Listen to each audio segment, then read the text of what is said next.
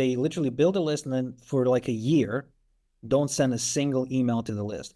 They don't have a constant, dedicated, disciplined routine around sending an email to their subscribers.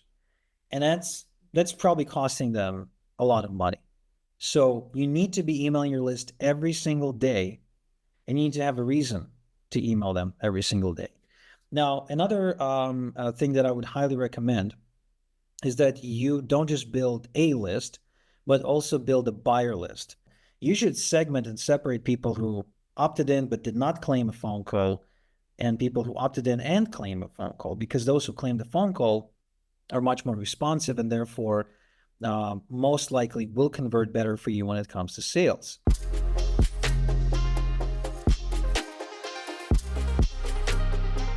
Hey everyone, welcome to another episode of our Spotlight Sessions. I'm your host JB, and joining me today is Igor Kheifets. He's an email marketing professional who's been transforming the digital way that people communicate with their lists and get to know their subscribers. If you haven't had a chance to meet Igor yet, he's an Amazon best-selling author of List Building Lifestyle, The Confessions of an Email Millionaire, and the architect of the revolutionary e-farming system.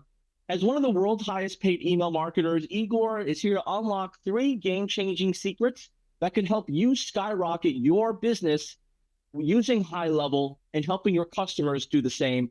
We've put together an episode called Unlocking the Hidden Profits in Your Email List. And Igor and I have come to the agreement that we need to highlight 3 important parts for you to take away by the time you get done with this episode. The first one is the hidden goldmine of list building. The second one is the breaking the friend zone, turning those subscribers into raving fans. And the third one is Irresistible Offers 101, crafting those hooks that your audience can't resist. Look, whether you're just starting out or you've been a seasoned pro within the high-level community, Igor's going to give us some insights here that are about to take your marketing game to a whole new level because you're listening in and ready to take action. So let's get ready for a mind-expanding session with the man who's been dubbed as the go-to authority of building large, responsive email lists at lightning speed, Igor Kheifets. Welcome, man. It's great to finally have you on. Thanks, JB. It's appreciate such an amazing introduction. It's a pleasure to be here. That's what we do at High Level, man. We want to make sure our guests feel good, that our audience understands that we're bringing on people to help them grow their business. And although some of them may know you already, there's a lot because we're always growing that just haven't had a chance to meet you. On that note, could you share a little bit about who you are, what inspired you to get into business, but also why did you feel that it was a good fit to jump on our podcast? Yeah, absolutely. Well, you guys have been taking the industry by storm and kind of leaving everyone in the dust. So what I really appreciate about what you guys do, you actually help and promote the idea that everybody should be building an email list, which is not the most popular message out there, even though pound for pound, dollar for dollar, email is where most sales come from online. I actually got into the business of email through a journey, if you will, of trying to build an affiliate marketing business out of all things. I graduated the Israeli Air Force Academy, and I pretty much realized that I don't want to be in the Air Force because of the bureaucracy, because I just didn't see myself in it. And when I read Robert Kiyosaki's Rich Dad Poor Dad, I realized that I want to be an entrepreneur. However, having no money, no business ideas or nothing, and my heart wasn't really into real estate and still isn't, the book recommended that for someone like me, I should do network marketing. Now, we've all been there. I'm sure at one point or another, we've all pushed some pyramid scheme. But I really didn't even have a clue what it is. So I got involved. I was really excited. The idea of like, I bring 3 people and they bring 3 people. And before you know it, it's a passive income party and everyone's having a good time. And we're drinking lotions and potions and stuff. Unfortunately, that didn't pan out. I didn't recruit 3 people. I barely got 2, one of which was my best friend. The other one was my mom. And my best friend quit the next day. My mom didn't even know she signed up because I just took her credit card and signed her up under myself. So that was a big disaster. But it is on my way learning how to promote the network marketing business, I've insisted um, to do it online. I've insisted on only doing online marketing because I was terrified of talking to people. I was allergic to a commute because I spent years and years commuting to the Air Force Academy. I spent more time on buses and highways than, I mean, than an 18-wheeler driver, you know? And then that was before I turned 20. So I was like allergic to a commute. And I was living in a small town where jobs were scarce. There was basically no economy. I mean, there was like one grocery store, one shoe shop, one diner, one of everything. You know what I mean? Like one hardware store and everything. So there wasn't very much to do or to grow anything. So I turned online and I've done the network marketing, but network marketing didn't pan out. But it's on my way. I've started observing different people who were doing well with network marketing, and typically they had email lists. Guys like Jonathan Budd, guys like Mike Dillard, guys like what's his name? The guy who used to be very popular but not anymore. Um, Big dude used to run the CPA network. I blanking on We'll his come name. back to him. So everyone will Yes, wonder if they fit that criteria. Is he trying to tell them about me? So we'll leave that as the unknown. Yeah, the difference is that he used to hold lots of checks in his hand. Like he had this iconic ad. He would like be holding like a big, you know, tons of checks like this. Anyway, so so on my way, I'm learning that building an email list is very important, and then I'm also realizing that I don't like network marketing because you have to talk to people. You've got to convince them that it's not a pyramid scheme. And I just didn't like the experience. However, it is also in the process of becoming a network marketer. I kind of stumbled into affiliate marketing because I would buy different things for network marketing, like software and training and all kinds of stuff. And I would naturally get exposed to people pushing their affiliate link, offering bonuses, rebates, and overall just recommending stuff off of blogs and stuff like that. And I really liked that. The idea that I could just put up a link. If somebody wants to click and buy the product, they get a commission. If they don't, they don't. No hard feelings. And it was that was my breakthrough. It was the combination of email marketing and affiliate marketing together that put me on the map, got me my first full-time paycheck, allowed me to quit my day job, allowed me to pretty much just become what I became today. Awesome, man. And Do you mind sharing a little bit? Because you're definitely very passionate about what you do. You share that story as it is a big part of your foundation, and I believe foundation is what keeps us hungry. Do you mind sharing a little bit more about your why?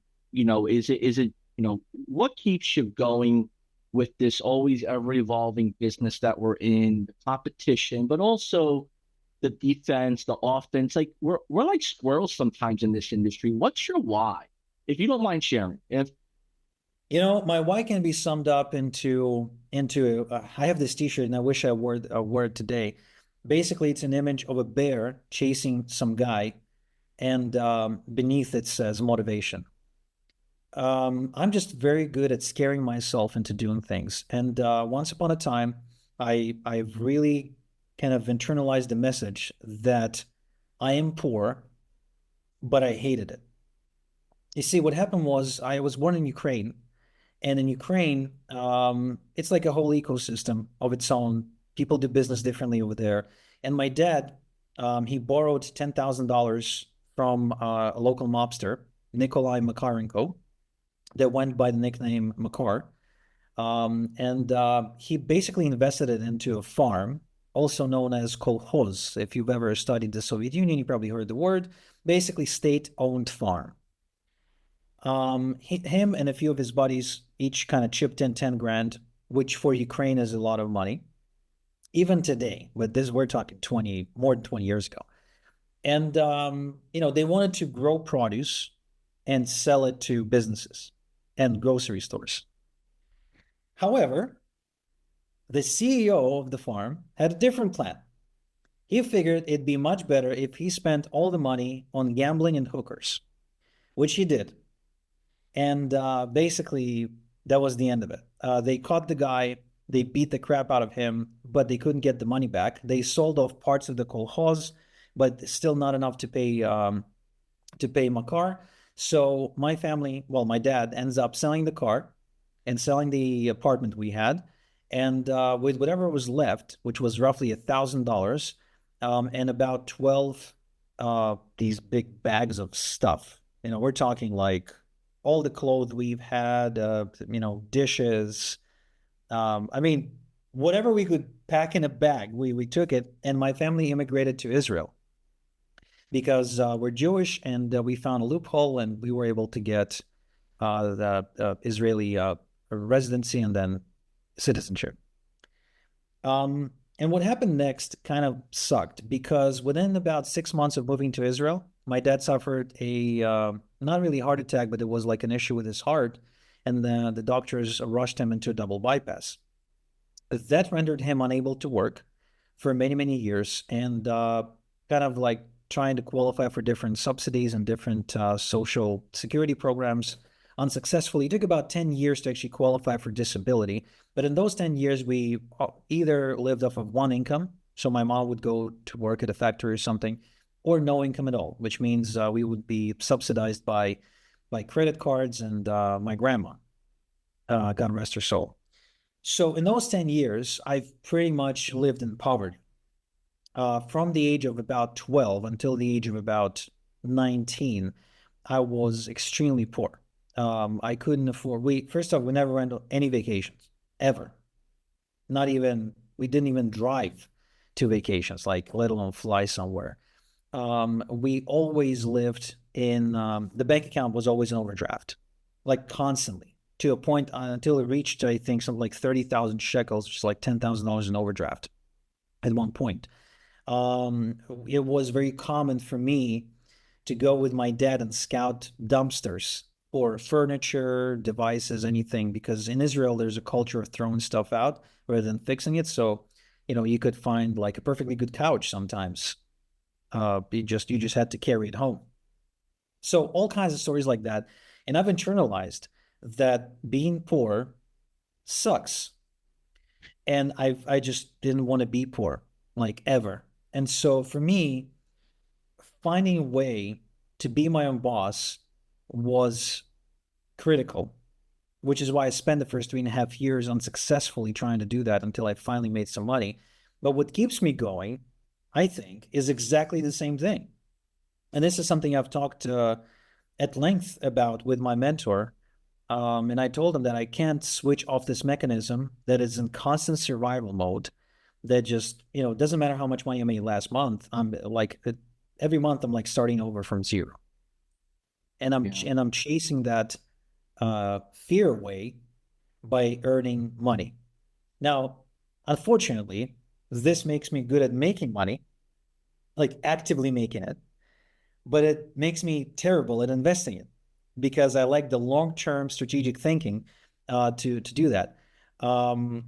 Which is why I put it all in crypto and lost it. No, I'm just kidding. I only lost it. But, uh, but it's like it. But I will say this, Igor. You know, there are people that have that similar story somewhere to perform. But I think it's important that people understand the human element of who you are, what you do, and why you do it. Because without that, then this is just another quick idea on how to either use your resources well or stay busy without focusing on the true problem in your business. So if it's okay with you, I want to unlock some of these so that we discussed that one prior to jumping on here and give our audience the opportunity to engage with us below, whether they're new customers or on a trial with us, or they're seasoned or expert customers of ours that just kind of engage and observe, from the distance. And again, the title of our episode here, if you're just tuning in, it's Unlocking Hidden Profits in Your Email List. And we put 3 topics together that we're going to discuss here: the hidden gold mine of list building, breaking the friend zone, and irresistible offers. Let's dive into the hidden gold mine of list building. Igor, in a world of people whether it's being told to promote their business on social media, being told that you need to make content on social media, that's the number one source. I know you have the opposite thinking based on your results and what you've taught others. Could you go a little bit in depth on the social media component with the list building and how you should really look at this moving forward? Yeah, absolutely. Human beings are funny creatures because we tend to focus and understand only the things that we see with our own eyes.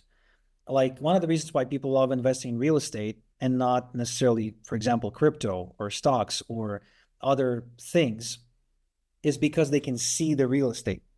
Like if I'm investing in a house, it's like right there, right? If I'm buying a piece of land, it's like right here. I can touch it. So people feel safer. People feel like they understand it better. Therefore, they kind of put more attention and emphasis and value on something they can see. Well, I think that's the effect we're seeing with social media, where, social media is just easy to access. Everyone's visible on it. And when we see someone being active on social media, we automatically assume they're making money. However, if you've ever read the book Get Rich or Lie Trying, you might conclude different. That's a really cool book that kind of exposes a lot of what's going on behind the scenes at social media, especially in the influencer community, kind of exposing like the nitty gritty of what they truly earn and how they truly earn and how much they lie about it too. We will not get into detail about that. You can check that out on your own time. However, we do always fall into the fallacy thinking that if Grant Cardone is posting on social media, he must be making his money off of social media. Well, I assure you, if we were to take virtually anyone who's making any real money online, who is active on social media, we were to figure out where they get their coffee, which Starbucks they get their coffee at. We were to scout them out and, ambush them with a van wearing a ski mask and take them to a dark room and point a light at them and a gun and demand they give us their accounting login details. We would see that the vast majority of their revenue actually comes from email. It usually does. In 9 times out of 10, it usually does. And social media is almost like a visibility play that everyone thinks they need to be doing, but in reality, even if they do it, it's just something that takes a lot of time to do and a lot of energy and effort. But at the end of the day, the revenue, the profits, and the sales come from email because, and we've talked about this, before we went live. Um, we don't really go on social media to make decisions. And when it comes to buying things, decisions are important because unless I decide to buy something, decide to pull my credit card out and swipe it, I'm not going to buy it. So, but social media is a place where we go to escape decision making. It's a place where we go where we don't feel like working, when we don't feel like thinking. It's a place we go to zone out. It's the new TV, so to speak. When a construction worker comes back from work, it's 5 p.m. He sits down on the couch, the typical Al Bundy, right? He just kind of turns on the TV and he's like, just leave me alone, right? He doesn't want to talk to anybody. He wants to just zone out and kind of veg out. Well, that's what social media is all about. Only it also gives us the ability to go shout nonsense at other people and express our negative opinions without any consequence. That's a different, reason why I don't like going there. But when it comes to actually making decisions and anything in your life that requires a decision, anything in life that's serious, that's business, that's somehow going to affect your life, usually it goes straight to your email inbox. I mean, if you think about it, if you are renewing your visa or passport, you'll get an email about it. If you're buying something on Amazon, you'll get both your receipt and shipping notification on email. If you want to ask for a refund on Amazon, they're going to send you an email with the label that you need to print out. They're not going to send it to your Instagram. They're not going to, tell you, go check it out on the TikTok channel. No, they're going to email it to you because that's the guaranteed way it's going to get to you. If you're buying real estate, selling real estate, renting real estate, guess what? The contract will come in the email.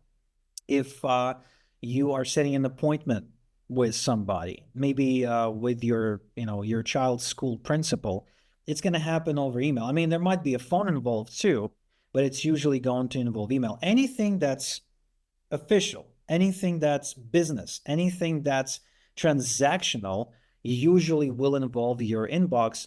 And that's just the way we operate in the world.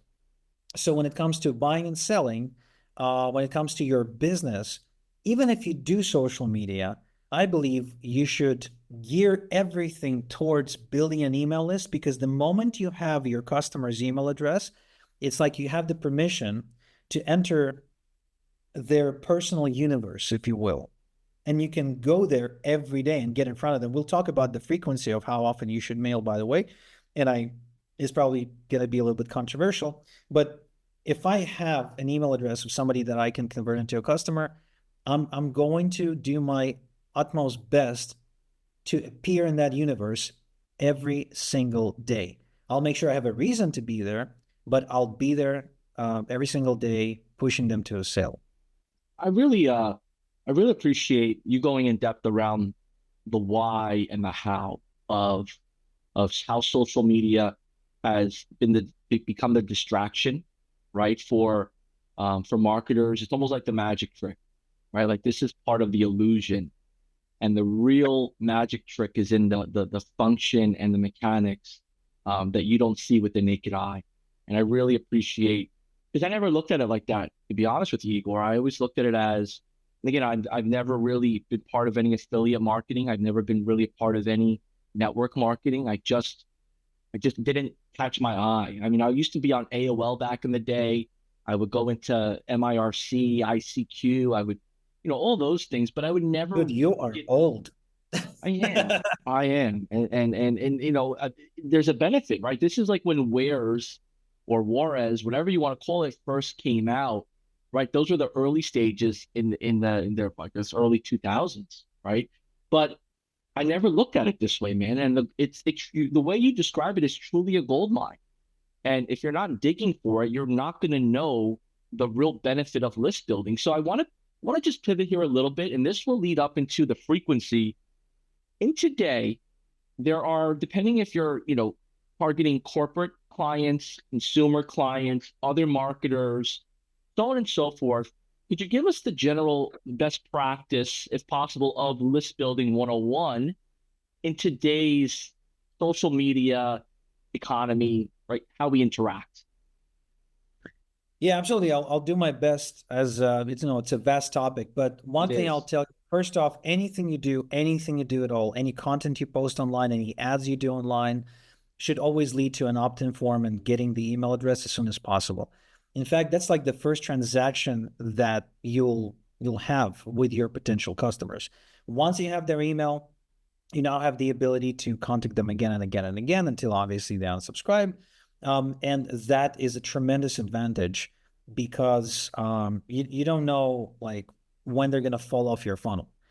Because if anyone listening to this runs any ads, maybe someone who runs an agency that runs ads, you know that people, I mean, the ad conversions recently, just in the last year or so, have been atrocious, just absolutely disgusting. We spend over $250,000 a month on ads, all kinds, and the conversions are down across the board. If we weren't building an email list, I don't know what we would be doing. I honestly do not know. Um, so everything you do, always make a call to action to build a list. Now, the next thing, and this is probably the most common mistake that I see people make. Actually, most common mistake is they don't build a list. But the second most common mistake is they build a list and don't mail it. And I really mean it. Like they literally build a list and then for like a year, don't send a single email to the list. They don't have a constant, dedicated, disciplined routine around sending an email to their subscribers. And that's probably costing them a lot of money. So you need to be emailing your list every single day, and you need to have a reason to email them every single day. Now, another thing that I would highly recommend is that you don't just build a list, but also build a buyer list, or at the very least segment your list into different categories, such as interests, such as your relationship with them, right? So, people who, for example, if you've got a phone funnel, so you get their email, then you pitch them on the on an opportunity to talk to you on the phone. You should segment and separate people who opted in but did not claim a phone call, and people who opted in and claim a phone call, because those who claim the phone call are much more responsive and therefore most likely will convert better for you when it comes to sales. Another thing that I would highly recommend when it comes to email is to not try, just don't try to get fancy about like how you email them. Just write like you talk, literally just as the way you would say it on the phone, the way you would say it on your Facebook wall. Write your email like that, and you will get very good responses from your list. You'll see. Most people really kind of overthink it, and they're like, "Well, I'm not a writer. I'm not a marketer. I'm not a genius." Well, I mean, they attribute like qualities to people who can write emails. But the reality is you don't need to be. So just write like you talk, or at the very least, use ChatGPT. But I I would go as far as saying like don't use the whatever ChatGPT gives you like as is. At least go and modify it so it sounds like you. Absolutely. Because If I could just you can interrupt, usually tell. absolutely, man. If I could just interrupt here, um, I want to put myself in the shoes. Well, I'm going to put myself in my shoes early on in my marketer journey. And when I used to build an email list, I would scrape emails, right? And I don't want you to hang up on the phone out of nowhere. It's like, John, I'm done with you, and cut this episode abruptly here. I just want to use Yeah, myself as an we're example. done, man. I want to use myself as an example because I know I'm not the only one out there. But I would normally scrape a bunch of emails. I would then put them in some sort of email tool, and I would email them because I had an immediate urgency of either I got this urge to get appointments or urge to get a reaction from people to visit my page. I made some updates, and now I want them to visit a bunch to get some feedback. And I would send the email list out, and I would just continuously look at it and say, "There's nothing happening," and I would get discouraged. I'm like, all right, just maybe something's wrong, and I'm going to make some changes. That being said, I would also um, make it sometimes super like newsletter corporate like an advertisement. And then I would try to do like what I would see like on LinkedIn, some examples where they put some like as you talk, right? And now that I think about it, I probably didn't know my audience best. I didn't even have an audience. I just randomly emailed people. Could you tell me what else I could have done to be proactively better than just scraping the emails and expecting boatloads of money to come in? How would you have coached me then? Yeah, well, first I would slap you, obviously, for doing something as silly as scraping emails. Come on, man, you know better. I've This is taught you better before. than that. This is before back in the day. This is early beginner days, right? How early? Oh man, this is back like maybe, like 15 years ago when I first started, like, you try to get yourself out there. Yeah. I know I'm Yeah, not I the remember only the one days when though. you can when you could do that and you would actually get opens, but Yes, those those get days are over. open. Those days are all over, man. So Those today, days are over, yeah. how does somebody like just in a short bullet points, how does somebody like aside from having a good offer, a good landing page, you mentioned type like it's talk and be consistent. And then you mentioned something about like, sorting people out. It sounds like a full-time job in essence. Like what's the beginning steps that you start to really build this list from scratch? So let's start from the beginning. The first thing you should do is always build opt-in email lists. What this means is whoever's landing on your website needs to actually go and enter their email into a box to give you permission to mail them. This is always the best thing to do. I wouldn't go as far as doing double opt-in lists. I think that's a thing in the past, but I would definitely say don't just go scraping email addresses. I'm sorry, that It's just all doesn't good. work. Yeah. That just doesn't work. You will be very frustrated and Could you share why it doesn't work? Could you share the because they psychological just don't experience? know, they don't know you from Adam. You're just randomly appearing in an inbox, and uh, they have no recollection of opting in. They have no recollection of who you are, why you're contacting them. Like I said earlier, email is a very personal space, and they're much more personal than your Facebook feed. That's for sure. So when someone they don't recognize appears in that space, well, they go to the spam, or at least get the emails get deleted. Not to mention that the spam filters get better every year, so yeah, like you eventually end up just your delivery rates will be in the dumpster, and there's no longevity in that at all. Um, some of the cold email marketers that I know who do that, by the way, they do it on a massive scale. So they'll like scrape 15 million emails, and they're looking for like 0.001% of response. But they do, that's a totally different business model that I don't recommend. Well, they have a practice of picking from names. Obviously, all the practice itself is illegal, so don't do it. But they choose they create names that sound familiar. Like they'll do something like Hillary Gates, Hillary Clinton, Bill Gates, or they'll do something like Barack Winfrey, Barack Obama, Oprah Winfrey. So like basically going after the familiarity factor because it kind of sounds familiar, but yeah, you definitely don't do that, man.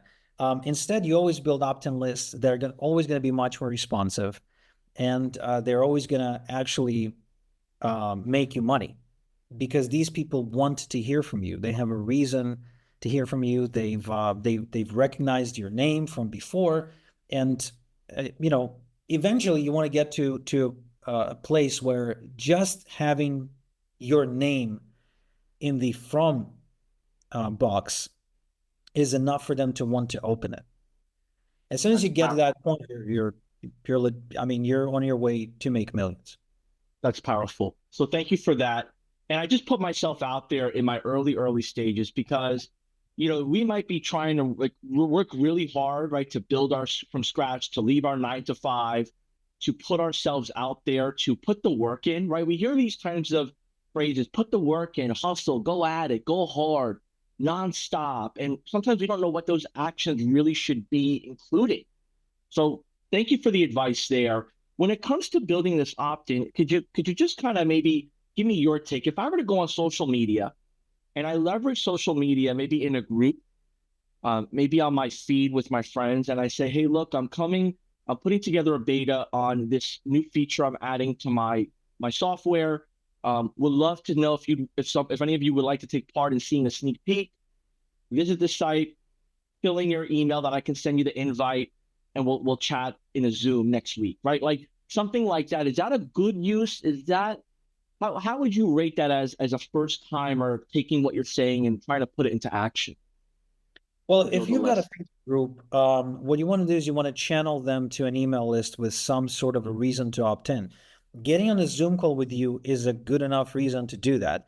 Getting them on a webinar, giving them some sort of a downloadable item, maybe a video that you created that teaches them something they want to know. Maybe even a strategy session with you when they fill out an application with their details, that also is a reason to send them emails, at the very least, about the upcoming strategy session that you're going to be doing. But out of everything that I've done in terms of getting people to opt in, excluding selling my own products, that's probably the winner for me is going to be a webinar. So if you get them to opt in to a webinar, that's like a good lead. Awesome, man. I appreciate that. And when you had shared like the Facebook group as well, like even here at High Level, we ask people to put their email in because we want to verify that they're users for certain groups. And some people will have different emails they use for different things. So we end up merging that. And there may be an email if you're doing these kind of private groups or private interactions. There's people, it's a weird way. People remember what they subscribe to. It's just like you said, it's familiar. And then I felt like when you had said before, people like spend more time getting agitated and frustrated around that you're trying to trick them, that they know you. Then that's where those weird, abrupt email replies come back to you. And that's never fun either. I mean, I saw a whole bunch come my way over the years of like fussing at me or saying you suck or whatever the case may be. I'm like, damn, what am I doing wrong? Like I'm doing what everyone else does to me. But I guess the missing part was, well, I subscribed to their email. And I remember when I did it. So thank you for all of that, man. And I know that people are going to have questions below. We have a handful of people engaging with us here now. Promise to get to you shortly here. We won't be able to get to all your questions, but at the very least, Igor will jump in the comments, whether you're tuning in on YouTube or Facebook or in one of our groups. So, Igor, if you're okay with this, I want to pivot into now. We got the email list. We have a good email list, whether it's 100, whether it's 500 or 1,000, whether they came from our opt-in, our webinar funnel, our Facebook group, our community, they remember us. Now that I send them the email, you said to send frequent emails, structured emails, and look for certain things with good call to actions. But there's this friend zone that kicks in, right? It's like breaking the friend zone. Can you talk about how you look at that, how you coach your mentees on that? And what does that really mean in that communication talk track? Yeah, so friend zone is a term from dating, and somebody who failed at that spectacularly and married only the second or third girl I've ever dated because I was like so desperate, be like, no one's gonna want to date me, so I better like secure my mate here and now. Um, I can speak from experience when I say that being in the friend zone effing sucks. Um, and it sucks for many different reasons, but main reason is you obviously don't get laid. Now the problem with that is I used to think that the reason I'm in the friend zone is because the women kind of put me there because of my looks, because of my brain, because of my style or lack of it, because whatever, right? But the reality is that the reason girls put guys in the friend zone is because of the way guys behave themselves from the very moment they start communicating to the girls. In other words, every guy, no exception, gets like a I don't know, maybe a 3 to maybe 15 minute, maybe that's too generous, maybe a 3 to 5 minute window of opportunity where they can position themselves either as, okay, this is non-romantic partner material, aka friend zone, off you go, or this is like, okay, this guy, he expects, yeah, like things to develop, and at this point the woman can just basically say, okay, not my type, and let go, or okay, I'll pursue this.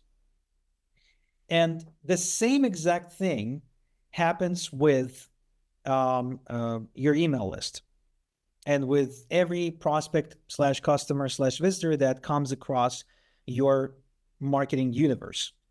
I'm assuming you're at least thinking of building one or already have one. Your marketing universe involves your website, your content, your email list, your pages, your social media, everything is your marketing universe. Now, the thing about the friend zone, however, is that you can't really break it. I'll tell you a story real quick. So, this girl, I used to work at the Dead Sea. I used to be a busboy in Burger King. And this girl came to work in Burger King By as the a cashier. way, with Burger King, my favorite is the chicken sandwich, number 9, with onion rings. Duly noted. Rotating between a little bit of orange Fanta or fruit punch. But it's funny you Oh, said that because I was going to go yesterday to Burger King to grab a bite to eat, and we're not sponsored by Burger King. We're not affiliated with Burger King. This is not a paid yes. advertisement. This is just what you had said. Hey, Burger King execs, that's your opportunity right here. But that's like my cheat meal, man. When I get a chance, my wife will yell at me, but I've gotten a gift card for it, and I still have it waiting to be used. So that's a nice little. We're going to talk afterwards, but thanks for sharing that. Awesome. Well, I hope you reward yourself with some Burger King tonight. But back in the day, so here I am. By the way, just fun fact, I was working in the lowest Burger King on earth. This was the Burger King at the Dead Sea in Israel. Dead Sea, as you know, is the lowest point on Earth. It's minus 500 meters below sea level. So this girl, her name was Layla, I hope she's not dead. Her name is Layla. Beautiful girl, skinny, petite, smooth black hair. I think she was originally from Kazakhstan. Um, very, very good looking, very like feminine. And she came to work in the same Burger King um, as a cashier. And I'm in like the bus boy next to the dishwasher, right? Um, and we got chatting. We were the only Russian-speaking people in the whole Burger King and the staff. So, you know, on the bus to work, on the bus back from work, we chat. And the thing is, I don't know any better, right? I'm like such an idiot. And I just try to be nice to her. And we chat about pop culture and we chat about this and that. And I don't make any moves. So a couple of weeks go by, I'm making no moves. And then finally, I work up the courage, drink some vodka, and like make a move. And naturally, I get rejected. I mean, what the hell was I thinking? But I now understand it's my fault because from the get-go, I did not position myself as a potential partner, a romantic partner. So I'm in the friend zone. Now, I quit Burger King. Not because of her. She actually left before I did, but you know, our paths, we went our own separate ways, as they say. And then about a year later, I bump into her and her mom at some office. It was either the post office or social security office, some sort of office. Literally bump into her and I was like, hey, and she's like, hey, what's up? And she's like, you know, like she's a little bit more open, more communicative. I was like, yeah, I'm good. She's like, what do you do? It's like, oh, I work here and this. And then, you know, after like a 2 minute exchange, because I know I'm in the friend zone, right? So why bother? She basically says, she's like, she looks me in the eye and says, call me, okay?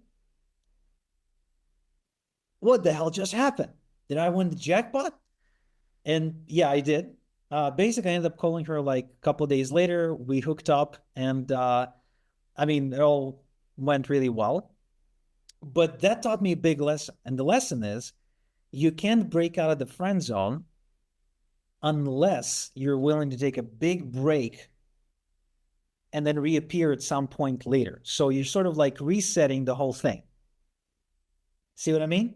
Now, unfortunately, we do not have that luxury with our email list. You can't just stop mailing people and then a year later mail them again and expect for them to know who you are. So we can't rely on that tactic.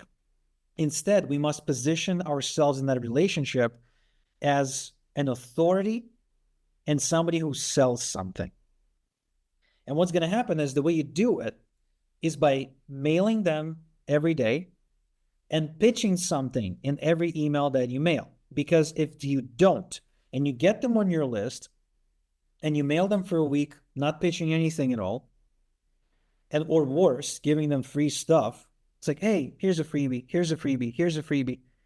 You're creating conditioning. And when you finally decide to pitch them something, guess what's going to happen? They're going to be really upset with you. How dare you? You're supposed to give me free stuff, and now you're pitching. They will feel like you've misled them up until that point. So for that not to happen, be clear and honest and transparent about your intent. And the intent is you have something to sell, product or service or whatever, and you're proudly and loudly putting it forward. Now, it doesn't mean you can't give value in your emails. You certainly can, certainly should, but every email must contain a pitch.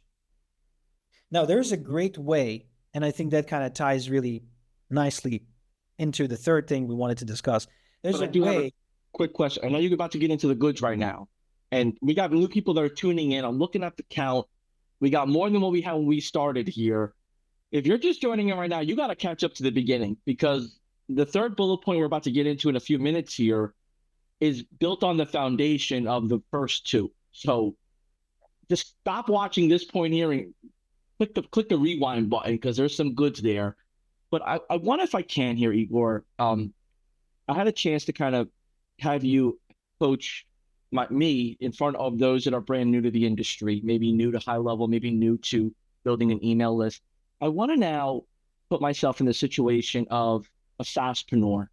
And at high level, SaaSpreneur is somebody that has our feature SaaS mode on. It automatically creates accounts for them. They have either a white labeled or co-labeled, gray labeled business within high level. Some customizes so much that nobody even knows it's on high level. Others just leave it and they like the automation. But let's just pretend I'm that person right now, and I'm taking your advice. I have a list of subscribers that pay for my service now. I have people that have opted in for trials that I haven't engaged with consistently. They just never bought from me. What is the best way to take the ones that were trials and never engaged and re-engage with them? And how do I go about pitching them or positioning an irresistible offering to them, like you've given the guidance on, if I'm not used to it? Like, the reason why they're not a customer is because I'm not chasing them. My mind is, I'm not chasing these people. They either get it or not. Now I'm shifting that into, I need to be the facilitator on why I can help them with their business. So if you've got a bunch of people they started the trial and then they dropped off, or they were pitched with the offer of starting a trial and then never started the trial, etc. It's very, it's going to sound very straightforward and very simple, very obvious, but pitch them again. As simple as that. You now have a list of people who were exposed to the offer but did not act. So you go and you pitch them again. You don't even have to change the offer. You literally just change the timing. And what I mean by that is, I kind of look at my email subscribers as strawberries. So I imagine I have a garden and it's full of strawberries. And some strawberries are green and some strawberries are red. And some are kind of black, so I throw them out. These are the bounces. So the red ones, they're ripe for now. And if I mail them an offer and they're ripe for now, they're buying the offer. They're just waiting for a reason to. They're waiting for an excuse. So I'll mail them and I'll give them a 10% coupon or something, and they're in. But the rest are still percolating. They're marinating. They're getting there. And for different industries, this might take, different amounts of time. For a software industry, that could be 3 months. For an information product, could be 2 months. For, a car dealership, could be 6 months to a year. Depends.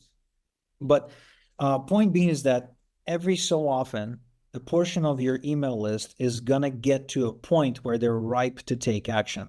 So even if they saw this offer before, you put it in front of them in a month, 2 months, 3 months, 4 months, and you now stand a chance to collect some more of them. I have many friends who rerun the exact same offer, literally once a month, like clockwork. They don't even change the email. I have one guy who started out as a student but became a very close friend of mine in Canada. His name is David, and he's really good at pushing network marketing companies. Like, he's very good. At one point, he had a Herbalife downline paying him $13,000 a month. I mean, unheard of. So he's got this email that he sends out once a week. Once a week, without changing, to the same exact offer. And the email goes something like this, usually goes out on Sunday. I just came back from the church and found these blessings in my bank account. The email reads something like that. I just came back from church. We were today, Reverend spoke about this and that, and I just found that I've made XYZ dollars. Wow, this is a blessing. Thank you, God. And link to join his program. Like clockwork, once a week for the last 5 years. I mean, isn't that crazy? It's You consistency, and the very consistency paid consistent. off. To your point with what you have shared with the Guardian, just the people started getting, just ready to go. And now that I'm thinking about this, so in this example, I have my list of those that became trials. Frequency wise, am I emailing them once a day, twice a day? And if you were just to give me a quick mentorship on this, what would maybe one or two messages be themed around? Again, my end goal is for them to pay me something so I could eventually get them into my community and put them with other paying happy customers. So in this case, it comes down to you knowing your audience. Let's say they got on the trial and they canceled or they didn't continue after the trial. Now you probably know the top three reasons why people do that. I don't, but you probably have that information. So your emails would be addressing those objections in some way, shape, or form. Let's say, for example, I'm just kind of making this up. This is not, I don't have any data for this, but let's say they didn't continue on the trial because they didn't want to pay the monthly fee, because the monthly fee seemed to them like it's too high because competitor XYZ charges half the money, something like that. Well, you can actually address it head on. An email is a great way to address an objection. Just devote the entire email to this one objection. And, maybe the email could be titled something like, why competitor XYZ um, should not be compared to Go High Level, or isn't even in the same stratosphere or universe as Go High Level, or something like that. And then the email proceeds to do like a head-to-head feature comparison between competitor XYZ and Go High Level, and then also list the 20 different features that competitor XYZ doesn't even have, and then shows how existing members are using these features to build incredible businesses. So that directly addresses that one objection. The next email addressed the next objection. Maybe the next objection was, I would love to keep paying for Go High Level, but I just lost my biggest client and I can't afford it anymore because I was using the account for the client or something like that. In which case, a good idea would be to maybe tackle it with a bonus and say, well, you know what? Why don't you sign back up on Go High Level, and we will give you we'll get you on a 5-day workshop to take you from zero to your first client, or to take you from like one client to 10 clients or whatever. Yeah. So again, you are using the email as a means of addressing that objection head on. And you would think it's obvious. You would think that this would be Yeah. obvious. You would think that this is common sense, right? But I think because you've been in the game in the business for a long time, we just put our hands deep in the sand. Our blinders are on. There's every other type of saying out there associated with it that we don't do the most obvious and maybe the 20% that gets us 80% forward because we think it's too good to be true. We think that that can't just be the answer. I have to work harder. I You have know to why? stress more. Exactly. You're so right. It's because we were sold on this idea that to get great results, we need to do something groundbreaking and innovative. That we have to reinvent the wheel again. But that's not true. It's really not. Yeah, man. And I want to get to now to this third one that I know it's near and dear to how you look at things. And it's the action item at the end of the day. It's what we've been building up to, which is the offer. And what is an offer? What's considered a resistible offer? And really, how do you hook them in, right? If you were to put five fishing rods, in the pond, what bait and what hook, what consistency, what angle, like what does that look like, right? And it's not just the bait or the rod, it's the strategy and the understanding of the why. Could you break down here as we start to wrap this up? How did somebody approach this from a beginner that's building their list based on what you've shared to an expert that's got a list that's now implementing what you're sharing into now taking action to the next level? I want to really make sure we hit both because that audience is a wide span that listens in. Yeah, I think beginners will benefit from this way more because I think anyone who doesn't have a thriving business right now, um, it's only because they don't have a no-brainer offer for their target market that they can put in front of as many people as possible. I think to make your first $1 million, you need only one offer, and it just has to be a really good one. And that offer will be dictated by the market you chose. Now, we can't really, I don't know which market the listeners are going after, but whatever that market is, and market is only a group of people. So imagine just a bunch of people sitting in a room together, and they what kind of what they have in common is they have the same desires, the same fears, the same, oh, look at that, the same fears, the same enemies, the same suspicions, and the same concerns, I think. No, wait. So I don't know if you're familiar with this, but there's a thing called the 27 word persuasion course.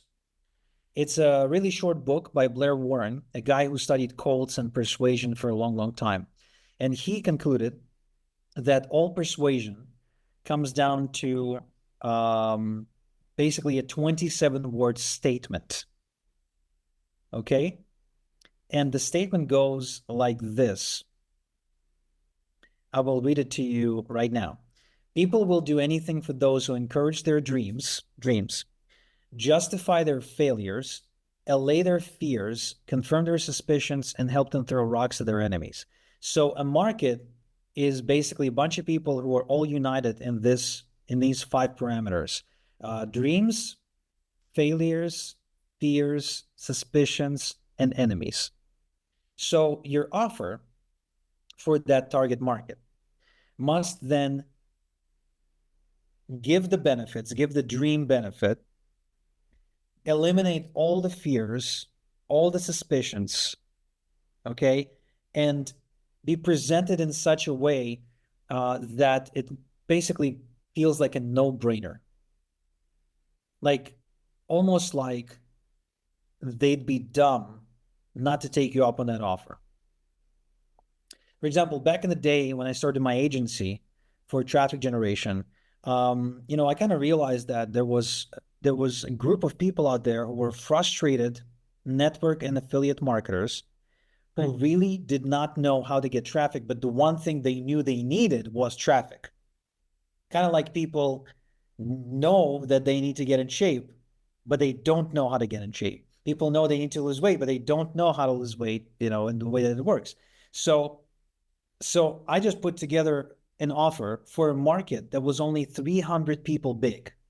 300 people, not even half a thousand, just 300 people.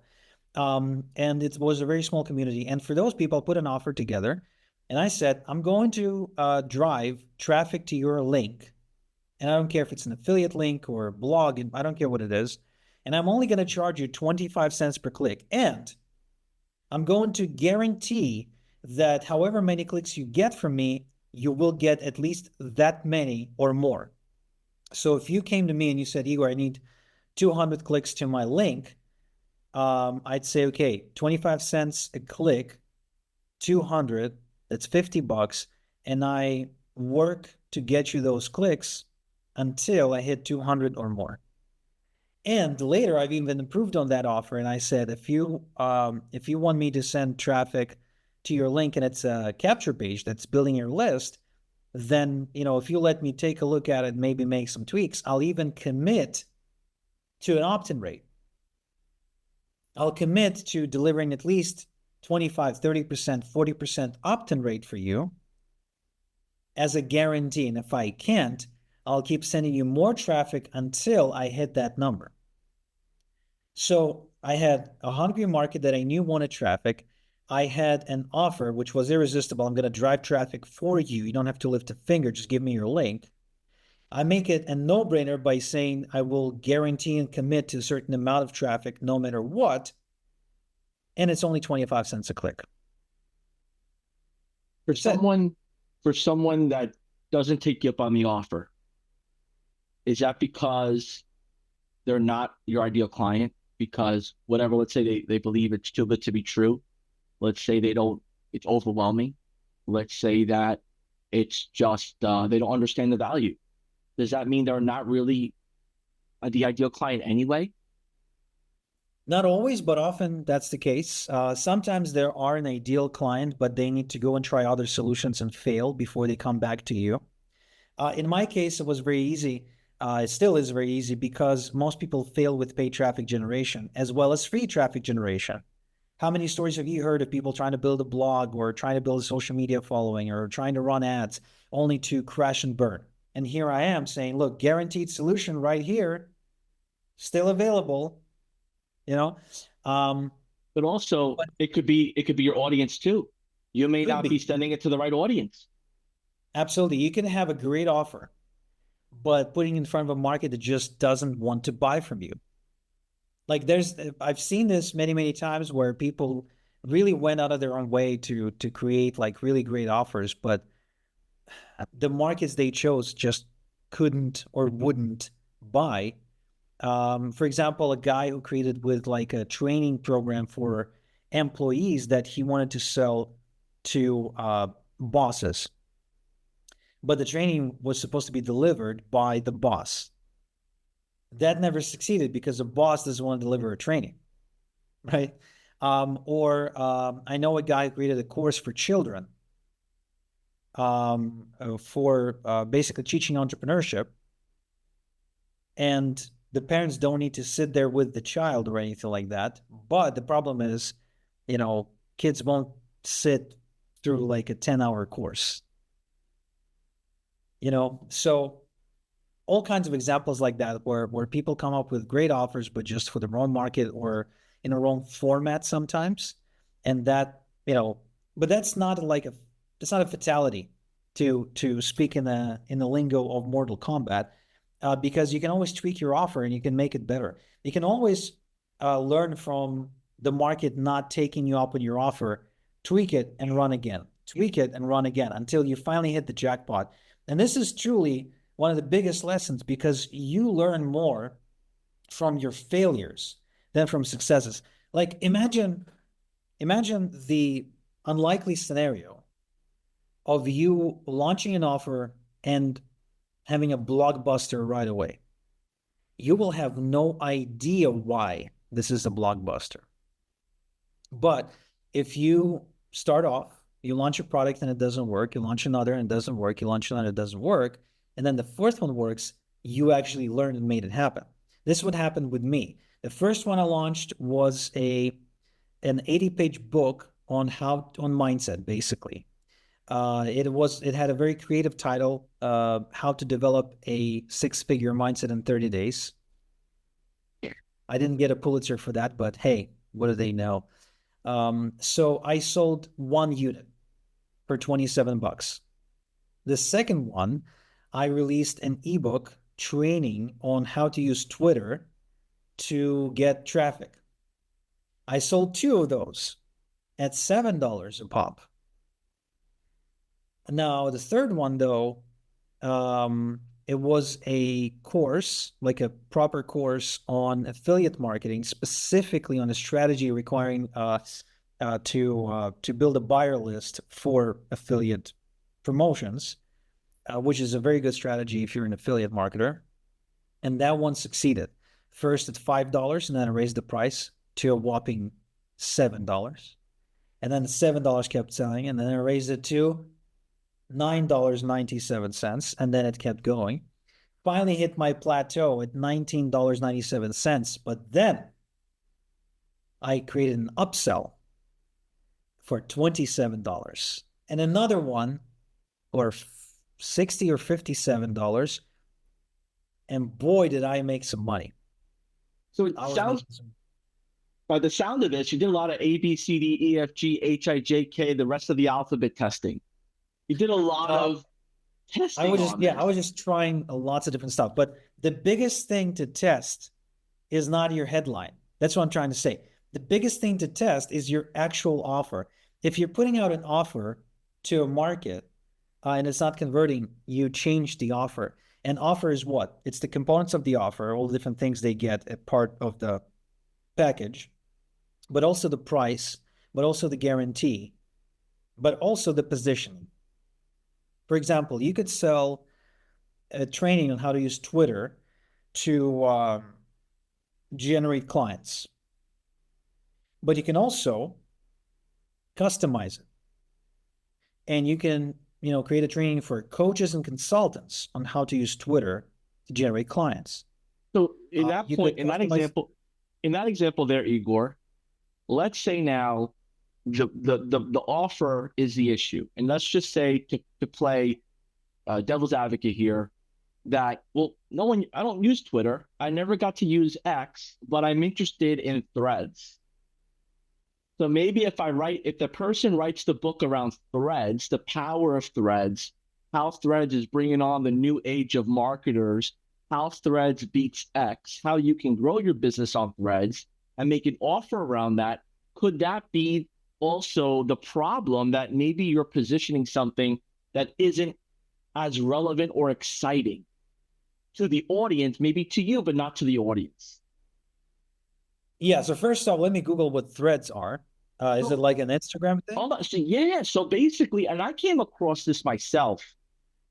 Threads is the X version of it for Instagram, and there's a lot of people on, a lot of marketers actually. Oh, Yeah, bro. okay. We'll take this offline. But for those, if you're familiar with Threads, if you had a chance to jump on Threads, right? Look at Threads like TikTok was to Snapchat, right? The disruptor. But it took a while for that disruptor because the audience of, let's say, Snapchat wasn't as interested as the audience that was on TikTok or Vine at the time, right? So these evolutions kick in. So I guess the point I want to, the question I'm asking for you to clarify is, it's not just the offer you think is good, it's the offer that the market is in demand for, and the education or the service that's relative to what's hot or what's beneficial. Is that fair? That is fair. The market will always tell you what it wants by not buying what it doesn't want. So, in other words, the market always votes with its wallet. Ooh. So, don't you ever go. I see people do this all the time. They go on their Facebook wall and they're like, if I were to release a training program on Yeah. Threads, would you buy it for $7? Yeah. And they get crazy amounts of likes, and they're just like, hell yeah, I'm in. Yes, send me, DM me. But that's not the same. That's not market research. You actually have to release the program and then see if people buy it. That's how you know. We So could go if I were on and on to, about this, man. And we gotta find out how we get a master class of this going. The last thing I want to do here is, you realize you got to jump on a meeting and you have to abruptly jump off on this. But I do want to just, if we can just make sure that the audience is getting the best value, because I forgot we're even live right now. I forgot that we even have people tuning in, because I'm learning as we go here too. And that's the most amazing part of having the opportunity to meet folks like you and others, that my perspective does shift a bit over time, because I'm like, wow, I've been doing things what I'm comfortable with, when in reality it's the uncomfortable I need to be doing. It's it's the the stuff that classic I'm not come doing. with my cheese. Yeah, so crazy. So if someone's tuning in a few minutes before I just said that, and there's three things they need to know about crafting the irresistible offer, could you give it to me straight so they could take action, so no one's got an excuse? They got the value. What are three things to create that offer and to get that list email sent out? First is the market. The success of your offer depends on whether the market you're choosing wants to buy stuff in that niche and whether they have the money and the means and the desire to do so. So, by picking the right market, you then go select the product to sell within that market. For instance, you pick weight loss market, but within it, you choose whether it's going to be a supplement, whether it's going to be a diet book, whether it's going to be, some clothing, some machine, whatever. You basically go by that. Start from market, then go for product. And then once you've decided on the product, what I would recommend is go and research the top 3 to 5 best sellers in the game of that particular product type. Find out how they sell it. Do they sell it at a certain price? Do they package it in a certain way? Do all of their websites talk about any particular thing, and do they all sort of kind of sound the same? If that's the case, whatever is similar between all of these, that's what you model or ethically steal or borrow, but with your own flavor, of course. Don't just blatantly copy and paste. And that's how you would go and start testing your product. If you have a groundbreaking product that is absolutely brand new and you've just invented it, then good luck, because the road to success is paved with bodies of pioneers with arrows in their backs, as Dan Kennedy likes to say. I've never been one of them, never been a pioneer for sure. So I've only always wanted to go for proven things, things that are proven to sell, which is why you always start with the market that exists, that has money gushing in it, where people run ads all the time, where there's activity, where there's offers. And then once you've done that, you can give this market what it wants by packaging it, deciding on your packaging. So what is packaging? Could be a software, could be a coaching program, could be information, could be supplement, could be seminar, physical seminar room, could be one-on-one consulting, could be done for you service, done with you service, could be any number of things. So you package it in the way that the market wants to receive it. For instance, there is a market for courses on how to run Facebook ads, but there's also a market for people or companies who don't want to run the ads. They want someone to run the ad. So they are not interested in learning about how to do it. They just want someone to do it. Different markets, different packaging, although both are about like Facebook ads, right? But still different positioning and therefore sold differently.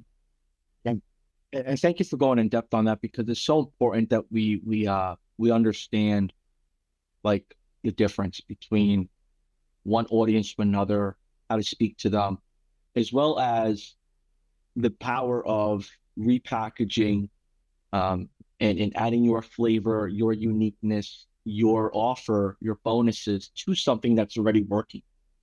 And the problem I think that a lot of people make is sometimes they want to be the pioneer because they believe that is the only way. They're afraid of complementing maybe what they've seen, or they're afraid of that they might get in trouble for competing with or repackaging something. And there's the right way to do it. Definitely do your research, right? Like you mentioned, plagiarism, copyright infringement, trademark infringement. Those are not the way to go about it, but there's a nice way to make an alternative positioning statement. There's a nice way to say, if you use this, you'll love this. And those transition statements that I think over time you'll learn, but unless you know to look for it, you don't really look. Look, at the very least, you can go into an existing market. If you don't want to directly compete with everybody else, you can pick the one frustration that people have in that market that no one else is addressing, and just go for that. You will be going for a narrower part of the market, but a much more aware part of the market, and you can put your foot in the door that way. That's what I did with my agency, where I went for a highly aware, traffic generation buyer. I definitely was like in a very narrow space. Like I said, only 300 people, but that alone was enough to put me on the map. Later, I expanded, right? And in the course of your business, you can go from narrow to wide back to narrow. But, to start off, it's very easy to just pick an enemy, if you will. Pick a big problem that the market is complaining about all the time. Just talk to 5 people in that market. They will all mention the same problem and figure out a way to address that problem. Yeah, foot in the door is a great way to kind of sum this up. And it doesn't start unless you have a message. So Igor, thank you so much for just really spending some time with us here, going in depth, taking some of the questions and really breaking them down into actionable items. I think that's where our audience really appreciates these the most, whether they're listening to this while at the gym, on the treadmill, on a long drive, out on the beach, enjoying their vacation. They're consuming this, and we appreciate their ears for that. For those of you that have had a chance to watch this from the beginning or hear from the beginning, thank you. You already know how I feel right now about Igor Kheifets. Definitely one of the email marketing wizards, the list building wizards that are out there. I'm giving you some action items so you could do the same. He claims not to be a pioneer, but he definitely has taken what's worked and made it his to inspire others. So if you're watching the replay, comment below. If you're watching this and listening to it live, share your takeaway, whether it's on Spotify, Apple, YouTube, Facebook. Let us know your feedback and what you took away, and get out of the friend zone. We gave you everything you need to make an irresistible offer to get the heck out the friend zone. Igor, you got something for the audience. Do you mind sharing what that is and how they go about claiming it? Yeah, absolutely. Thank you for the opportunity for inviting me. And to the listeners, I have something. I want to send you a free copy of my book, List Building Lifestyle Confessions of an Email Millionaire. Kind of tells you how to build your list and what to do, what not to do, and all sorts of cool stuff. The book is available on sale on Amazon. However, if you get it on Amazon, Amazon will not share your email address with me, so we can't be friends. And therefore, I invite you to go to igorsbook.com and claim a free copy of the book. And I just ask you to chip in on shipping and handling. So what I'll do, I'll print it for free and I'll ship it to you to your doorstep. In addition, I will give you instantly an audio version of the book, a digital version of the book, several courses showing you how to build your list, as well as my traffic generation secret as in form of a training. So all that is a $3,200 bonus package that you get with your book immediately while you wait for the book to arrive in the mail. And this is my way of like ethically bribing you to go get the book at igorsbook.com and not on Amazon, where, you know, obviously it's available, because I want you on my list. That's, I mean, I practice what I preach. So, plus, when you go through the process of getting the book from me and getting on my list, you'll also get to witness how I do what I do. And that's a great, actually, a great way to spy on me, great way to study me, and great way to model after the things that, you know, maybe you like, or how I do my things, so you can ethically borrow the same techniques for yourself. Well, look, y'all, if we had more time, we would spend it here. Remember, your email list is the gold mine of opportunities. You got to take action. You heard it from Igor himself. Replay, transcribe, do what you got to do, but now it's up to you. Look, this is JB signing off. Igor, any last quick words before we jump off?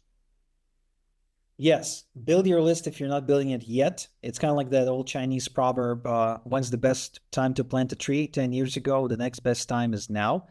And if you're already building a list, please email your list more often, because I can guarantee that you're like, you know, mailing it maybe once a week. So email your list more often starting today. Thank you guys so much. Igor, let's get out of here, man. We got things to do, right? See you guys. Take care.